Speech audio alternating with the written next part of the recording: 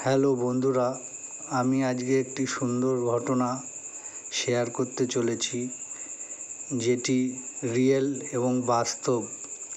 আমি একদিন একটি দরকারি কাজে চিড়িয়া মোড়ে গিয়েছিলাম, কলকাতার চিড়িয়া মোড়।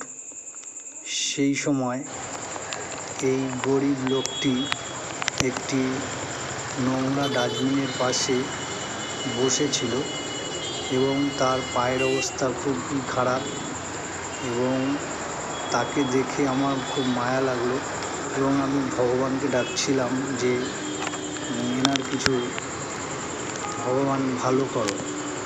তখনই আমি দেখলাম কিছুক্ষণের মধ্যে মাদার টেরেসা সংস্থা থেকে সবাই এসে এনাকে ধরে প্রথমে একটা সুন্দর বস্ত্র পরিয়ে পাটাকে ভালো করে বেঁধে তাকে নিয়ে যাচ্ছে তাদের সংস্থায়।